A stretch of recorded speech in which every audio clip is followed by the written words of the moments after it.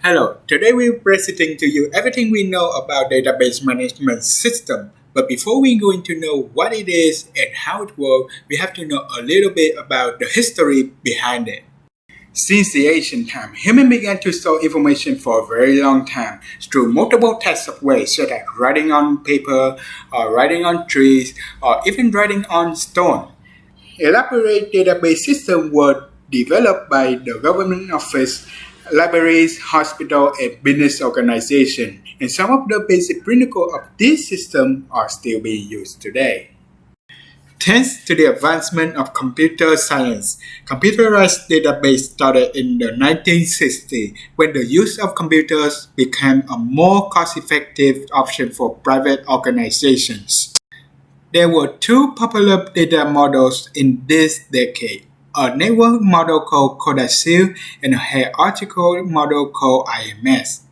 One database system that proven to be a commercial success was the Zebra system that was used by IBM to help American Airlines manage its reservation data.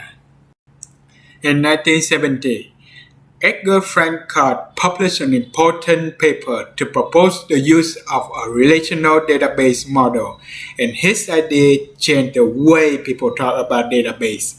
In his model, the database schema or logical organization is disconnected from physical information storage, and this became the standard principle for database systems.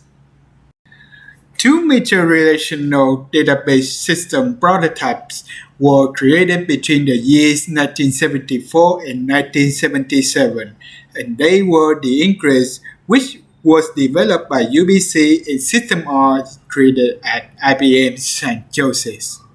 Ingres used a query language known as QUEL, and it led to the creation of systems such as Ingres Code, OnePace, and Pretendly. On the other hand, System R used the SQL query language, and it contributed to the development of DB2, RBase, and Oracle. It was also in this decade that relational database management system became a recognized term. In 1976, a new database model called Entity Relationship was proposed by Peter Chen. This model made it possible for designers to focus on data application instead of logical table structure.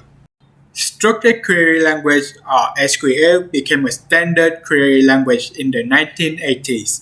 Relational database system became a commercial success as the rapid increase in computer sales pushed the database market, and this caused a major decline in the popularity of network and hierarchical database model.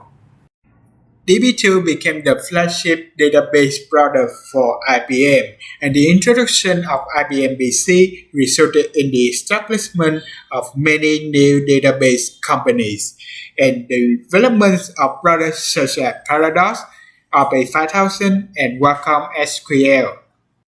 Early in 1990s, after a database industry shakeout, most of the surviving companies sold complex database products at high price. Around this time, new client tools for application development were released, and these include the Oracle Developer, Power Builder, and others. A number of tools for personal productivity such as ODBC and Microsoft Excel Access were also developed. Prototypes for object database management systems were also created around this period.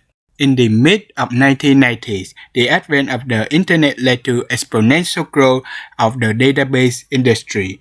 Average desktop users began to use client-server database systems to access computer systems that contain legacy data.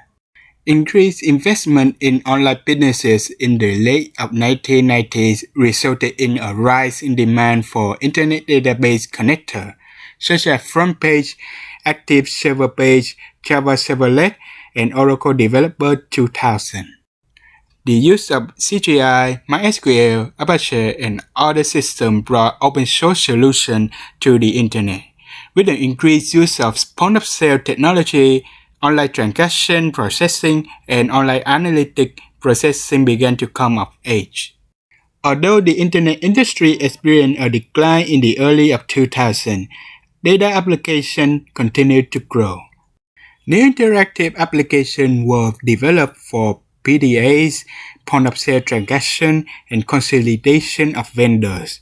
Presently, the three leading database companies in the Western world are Microsoft, IBM, and Oracle. Today, databases are everywhere and are used to enhance our day-to-day life, from personal cloud storage to predicting the weather. Many of the services we utilize today are possible due to databases. Presently, there are many new players in the non-relational database space offering specific solutions. Some of the current relational databases include giants such as Oracle, MySQL, and DB2. We're also seeing new trends emerging that focus on making powerful technology accessible to everyone. Now that we know a brief history about database, we're moving on to what it is and how it works.